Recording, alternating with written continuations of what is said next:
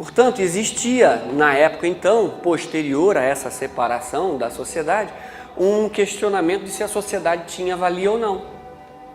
Pelo próprio fato dela ter gerado um ser desse, já viu-se que valeu a pena.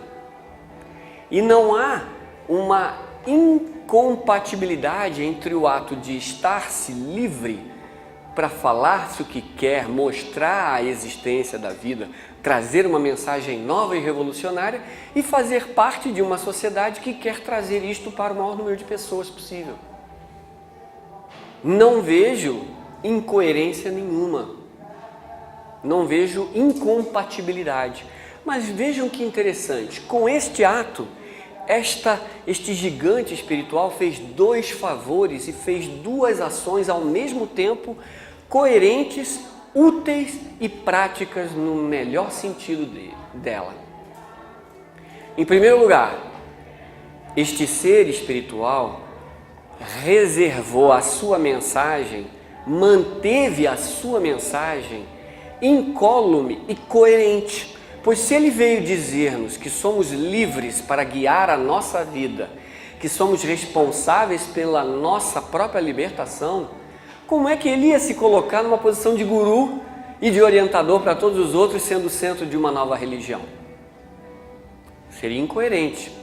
Então ele poupou a sua mensagem de incoerência e foi trazer essa nova espiritualidade para a humanidade. Uma espiritualidade responsável, uma espiritualidade individual, uma espiritualidade que a cada indivíduo compete trazer a divindade à tona. A nova espiritualidade da vida, não uma organização religiosa apenas, mas uma verdadeira transformação que a partir do autoconhecimento revela a consciência, revela a beleza, revela a divindade e vem trazer beleza e harmonia para essa vida, mostrando a sua riqueza. Isso por um lado, ele reservou a sua mensagem, preservou a sua mensagem. Por um outro lado, ele preservou a própria sociedade, a instituição chamada de sociedade teosófica, de se transformar em um novo credo, em uma nova religião formal. Ora, uma sociedade que diz que você é livre de pensamento, que ninguém pode impor o pensamento no outro, porque a autonomia deve ser mantida para o caminho espiritual, a autorresponsabilidade, o autoconhecimento, a autodescoberta é parte integrante de revelar espiritualidade. Então, por outro lado, a própria sociedade teosófica foi mantida em sua natureza original de ser apenas um núcleo, de ser apenas um lugar um espaço em que pessoas podem, compartilhando experiências, pesquisas, estudos, compartilhando vivências, compartilhando estudos e percepções, estimular-se mutuamente e ter um lugar rico para, além de viver uma fraternidade prática na Terra, estimular a natureza mental, emocional e espiritual do homem e que possa ser um núcleo dessa fraternidade prática na existência. Vejam a beleza e a riqueza de um determinado ser na tenra idade que teve uma coragem de dispensar o rótulo de um instrutor da humanidade formal, podendo ser o centro de uma religião formal, e com esse único passo, corajoso, audacioso e enérgico, preservou as duas coisas, sua própria mensagem e a natureza de uma sociedade de livre pensamento. Ele poupou as duas coisas ao mesmo tempo. Foi a coisa mais coerente e a coisa mais prática e sábia a ser feita num momento como esse. Ora, se a humanidade daquela época estava se transformando em uma outra religião, de que adiantaria ser um instrutor que diria que você é que é livre, você é que tem que fazer o seu caminho? Então a beleza, a riqueza e a propriedade foram perfeitas, foram maravilhosas. E essa história de trazer a psique humana à tona, as pessoas muitas das vezes que apenas conhecem a mensagem de Jiddu Krishnamurti, essa pessoa, tende a dissociar a questão teosófica da imagem e da mensagem desse grande instrutor. Só que existe um conhecimento que não é oficializado, de que desde o início da sua vida até o final de sua existência,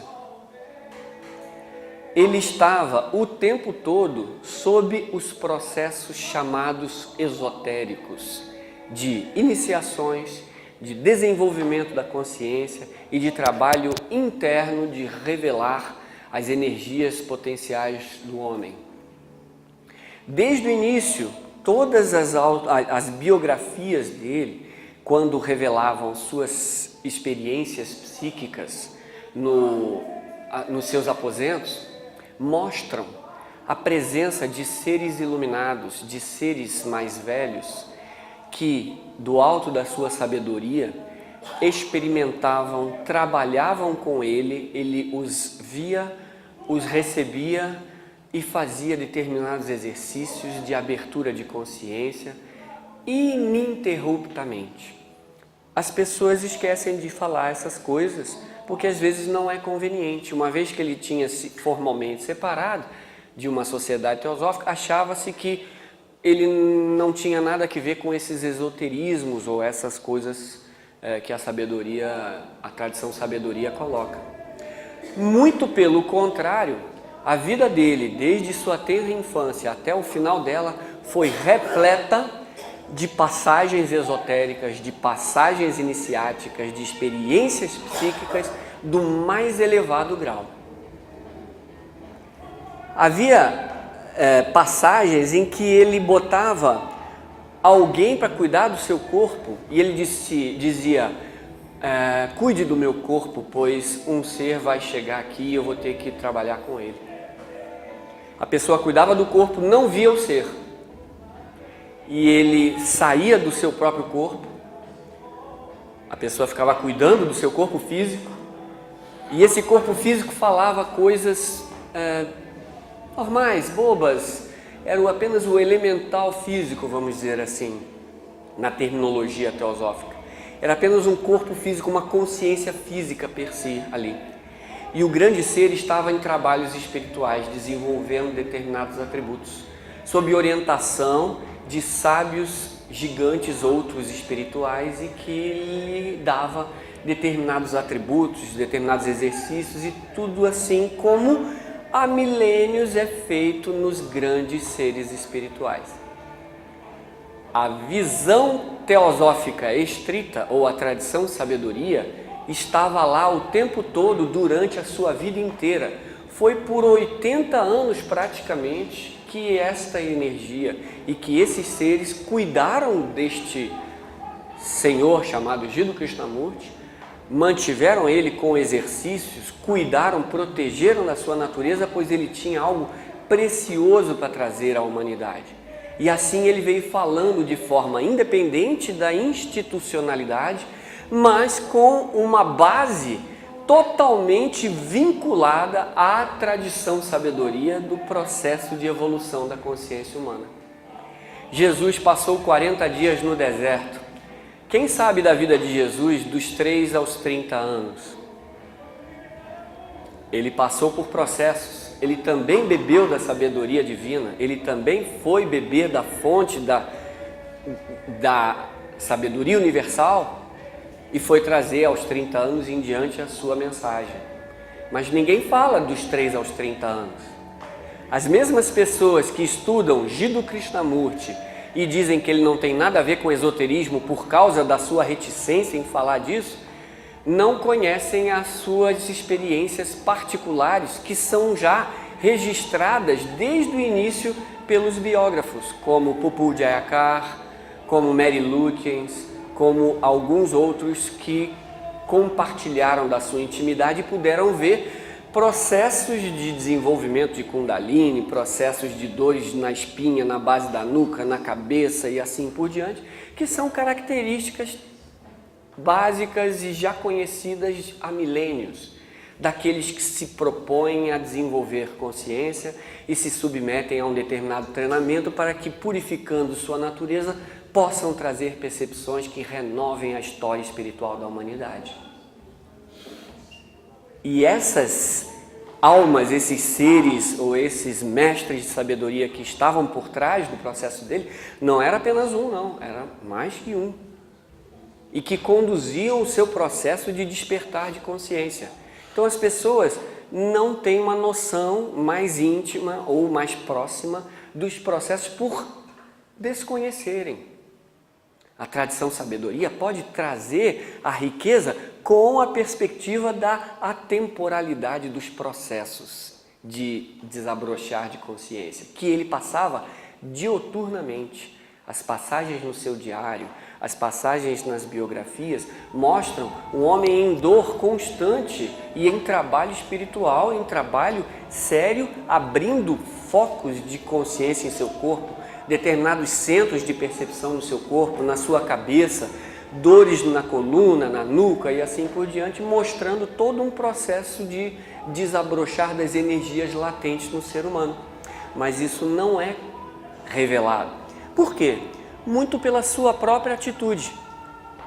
Ele nunca negou que tinha orientação superior, ele nunca negou que tinha determinados processos acontecendo com ele e ele compartilhava com os íntimos, e ele revelou o tempo todo que havia uma consciência superior com ele, revelando toda essa potencialidade dele.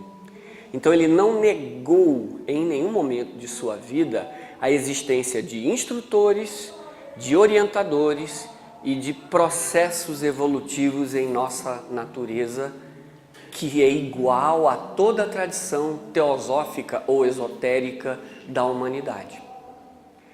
Isso porque a sua atitude era de reserva constante. Ele dizia, isso de esotérico não é importante. A nova era, isso, vamos para o que interessa. Vamos para a revolução humana. Vamos para o autoconhecimento. Vamos para a responsabilidade das ações. Vamos para percepções do porquê estamos fazendo isso. Isso é o que revela, renova, isso é o que transforma. Ele relegava, entre aspas, num segundo plano, essas informações da nova era que a sociedade teosófica pôde trazer, mas focava no que interessava. Um dos exemplos, vamos dar um exemplo, ele não falava sobre reencarnação, mas as pessoas da sociedade teosófica diziam que havia, mas ele não queria saber. E um dia uma pessoa colocou ele contra a parede numa palestra e perguntou a ele, afinal, reencarnação, existe ou não? Sim ou não? E a resposta vem da maturidade, da estatura espiritual de um ser que ultrapassou a média da humanidade, e a resposta foi a seguinte, é um fato, mas não é a verdade. E agora? É um fato, mas não é a verdade. A verdade é mais ampla do que um simples fato cíclico, que se você parar nesse simples fato cíclico, você pode estar perdendo o foco da verdadeira transformação e jogando a transformação para uma vida futura, não é mais confortável? Ah, não, nessa vida aqui eu estou fazendo muita bobagem, é porque eu nasci assim, é porque eu tive educação assada, é porque eu não tive oportunidade assim e tal, e eu justifico mentalmente a falta de atitude espiritual ante a minha vida. E aí eu jogo não, na próxima vida eu vou nascer com mais paciência, eu vou falar menos bobagem, vou ter menos vícios e tal, eu vou melhorando de pouquinho em pouquinho, porque vai ter outra vida, né?